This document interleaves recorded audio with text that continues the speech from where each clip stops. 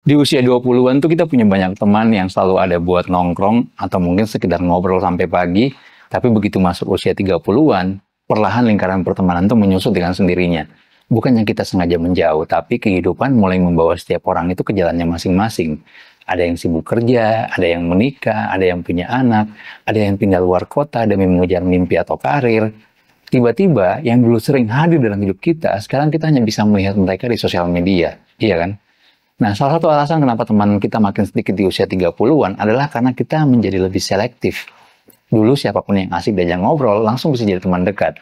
Tapi sekarang kita mulai lebih sadar siapa yang benar-benar bisa membawa dampak baik dalam hidup kita. Kita nggak punya waktu buat basa-basi atau menjaga pertemanan yang cuma terasa berat sebelah. Akhirnya yang bertahan adalah mereka yang benar-benar bisa kita andalkan. Bukan cuma teman buat seru-seruan saja. Nah, di masa sekarang, di usia 30-an atau usia yang matang, bisa dikatakan persahabatan nggak lagi diukur dari seberapa sering kita ketemu, tapi seberapa dalam hubungan itu terjalin.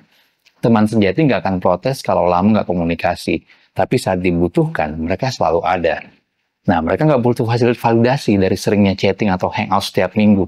Justru semakin dewasa, kita makin menghargai kualitas obrolan ketimbang kuantitasnya. Kadang bisa dikatakan satu pertemuan yang bermakna itu lebih dari 100 chattingan kosong di grup WhatsApp atau grup manapun. Nah, tekanan hidup di usia 30-an juga bisa bikin kita lebih sadar siapa teman kita yang benar-benar peduli. Dulu waktu semuanya masih serba ringan, gampang banget punya teman banyak. Tapi ketika kita mulai menghadapi masalah serius, karir, keluarga, kesehatan mental, kita sadar bahwa nggak semua orang, nggak semua teman bisa tetap ada. Ada teman yang cuma hadir di saat senang, tapi ketika kita jatuh, mereka menghilang. Iya kan?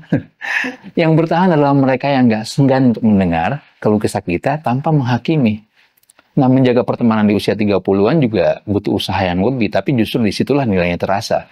Gak bisa lagi kita berharap bisa nongkrong kapan saja tanpa mikirin jadwal masing-masing. Semuanya punya prioritas sendiri-sendiri dan buat ketemu saja kadang kita harus membuat jadwal jauh-jauh hari. Tapi meskipun jarang ketemu, ketika akhirnya kita bisa kumpul, rasanya tetap nyaman seperti dulu. Percakapan gak lagi soal gosip receh, tapi lebih ke hal-hal yang mungkin bisa dikatakan benar-benar penting dalam hidup kita. Hal-hal yang bisa dikatakan untuk pengembangan diri kita. Ada momen di mana kita merasa kehilangan karena beberapa teman yang lama mulai menjauh, tapi seiring berjalannya waktu, kita belajar bahwa menerima bahwa mereka semua pertemanan tuh nggak harus bertahan selamanya. Beberapa orang hadir di hidup kita hanya untuk waktu tertentu dan itu nggak apa-apa. Kita nggak bisa memaksa semua orang tetap ada ketika jalan hidup kita mungkin mulai bercabang. Yang terpenting adalah menghargai momen yang pernah ada tanpa harus merasa kehilangan. Di usia 30-an, kita juga mulai sadar kalau teman kita nggak harus banyak. Yang penting bisa diandalkan.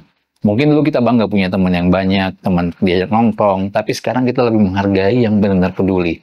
Yang nggak menghilang ketika kita butuh bahu untuk bersandar. Dan yang bisa mendukung kita tanpa harus merasa bersaing. Menariknya, di usia 30 atau usia matang ini, kita lebih menghargai teman yang bisa diajak bicara tanpa basa-basi. Dulu mungkin kita sering menahan diri atau takut dia nggak aneh kalau kita cerita sesuatu yang terlalu jujur. Tapi sekarang justru obrolan yang terbuka dan apa adanya itu jauh lebih menyenangkan. Nah, nggak perlu jaim, nggak perlu pura-pura, karena yang bertahan adalah yang menerima kita seutuhnya. Itulah kenapa meskipun teman kita berkurang, hubungan yang tersisa jauh lebih bermakna. Ada fase di mana kita mungkin merasa kesepian, karena teman-teman lama sudah sibuk dengan hidupnya masing-masing. Tapi kalau dipikir-pikir, itu justru bagian dari proses pendewasaan. Kita belajar bahwa kebahagiaan nggak selalu harus datang dari banyaknya orang di sekitar kita, justru menemukan ketenangan dalam kesendirian, itu juga bagian dari bertumbuh. Nah, dan saat kita nyaman dengan diri kita sendiri, kita jadi lebih mudah membangun hubungan yang lebih tulus. Di usia 30-an atau usia matang ini, kita juga mulai lebih fleksibel dalam menjalani pertemanan. Gak perlu harus selalu ketemu untuk merasa dekat. Bahkan obrolan singkat di chat atau voice note panjang sekali sebulan juga bisa dikatakan sudah cukup. Yang penting ada rasa saling peduli dan gak ada tekanan untuk selalu hadir setiap saat. Persahabatan yang sehat adalah yang bisa berjalan tanpa rasa bersalah jika salah satunya atau salah seorangnya sedang sibuk. Menariknya, kita juga mulai lebih realistis dalam memilih siapa yang benar-benar kita anggap sebagai teman dekat. Bukan lagi sekedar mereka yang selalu ada buat kita, tapi juga yang memberikan energi positif buat kita. Ada yang katanya kita harus mengurangi interaksi dengan orang-orang yang bikin kita merasa lelah secara emosional. Nggak ada salahnya menjaga jarak dari pertemanan yang mungkin lebih banyak menguras energi daripada memberikan kebahagiaan buat kita. Terkadang melepaskan juga bagian dari mencintai diri sendiri. Nah, di usia 30-an atau usia matang ini kita mulai sadar bahwa persahabatan nggak harus selalu sempurna. Ada teman yang lebih sering hadir di saat kita senang, ada juga yang lebih bisa diandalkan saat kita sedih, tapi itu bukan berarti mereka bukan teman yang baik, tapi setiap orang pasti punya kapasitas masing-masing dalam menjalin hubungan. Dan yang penting adalah bagaimana kita bisa saling menghargai tanpa mengharapkan sesuatu yang berlebihan. Kadang kita juga mulai mendefinisikan ulang arti sahabat sejati. Bukan lagi selalu ada setiap saat, tapi yang tetap terasa dekat meskipun terpisah jarak dan waktu. Teman yang bisa mengerti tanpa harus sering bertemu atau berbicara setiap hari, yang meskipun lama nggak ada kabar, tetap bisa merasa nyaman saat akhirnya kita bertemu lagi. Nah, itulah tanda bahwa pertemanan kita mulai sampai di level yang bisa dikatakan lebih dewasa. Seiring bertambahnya usia, kita mulai lebih menghargai teman yang bisa memberikan dukungan tanpa menghakimi. Kadang kita hanya butuh seseorang yang mendengarkan tanpa memberikan solusi. Meskipun juga kita kadang membutuhkan solusi dari mereka. Dan akan lebih baik kalau misalnya mereka juga bisa memberikan solusi. Teman yang cukup memahami bahwa nggak semua masalah harus diselesaikan dengan saran, yang lebih memilih untuk ada bukan sekedar memberikan ceramah, karena kita juga pasti nggak suka diceramahin. Nah, itulah hubungan yang lebih bermakna dibandingkan hubungan yang hanya sekedar basa-basi. Nah, lucunya di usia 30-an, kita lebih mudah akrab dengan orang-orang yang punya pola pikir serupa.